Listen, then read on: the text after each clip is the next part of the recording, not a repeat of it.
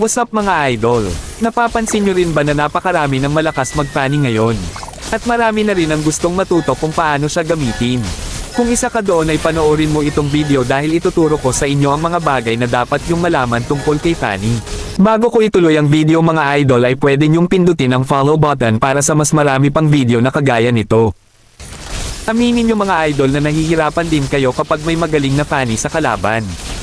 Dahil sa sobrang daya ng damage niya ay nakakaya niyang pumatay ng kalaban nang hindi gumagamit ng ultimate.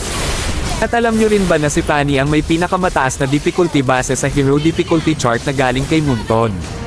Kaya naman sigurado ako na magiging worth it ang lahat ng practice nyo kapag na-master nyo si Fanny. Simulan natin sa mga skills niya.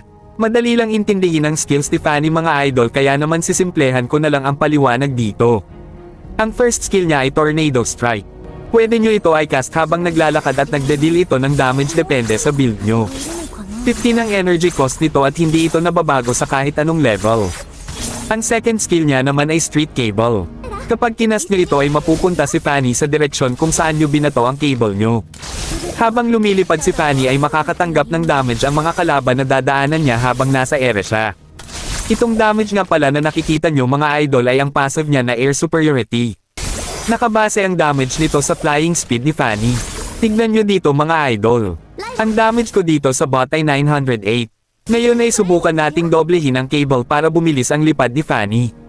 At kung makikita nyo ay naging 940 ang damage ko dito.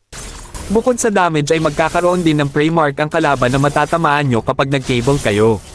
Dalawa ang pakinabang nito pero hindi ko nasasabihin dito dahil sa skills pa lang naman tayo. Ang energy cost naman nito sa level 1 ay 16 at habang ina-upgrade nyo ay nababawasan ito ng isa hanggang sa maging 11 kapag max upgrade na. Ngayon ay dito naman tayo sa ultimate. Ang ultimate niya naman ay Cutthroat.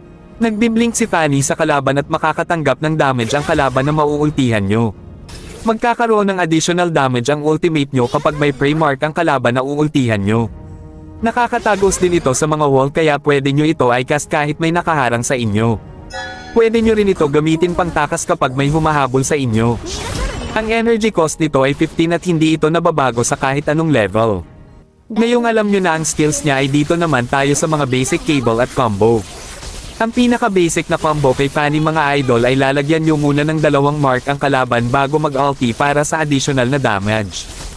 Ang gagawin nyo lang ay 2 cable paharap at 1 cable palikod sabay ultimate kagaya nito. Sa paraang ito ay magkakaroon na ng 2 mark ang kalaban at dahil dito ay magkakaroon ng additional damage ang ultimate niya. Ang kailangan lang kay Fanny mga idol ay tiyaga sa pagpupractice at mamamaster nyo rin siya. Kung gusto nyo ng mas advanced na tutorial ay abangan nyo lang ang mga susunod na upload. Yan lang muna mga idol, salamat sa panunood at sana ay may natutunan kayo.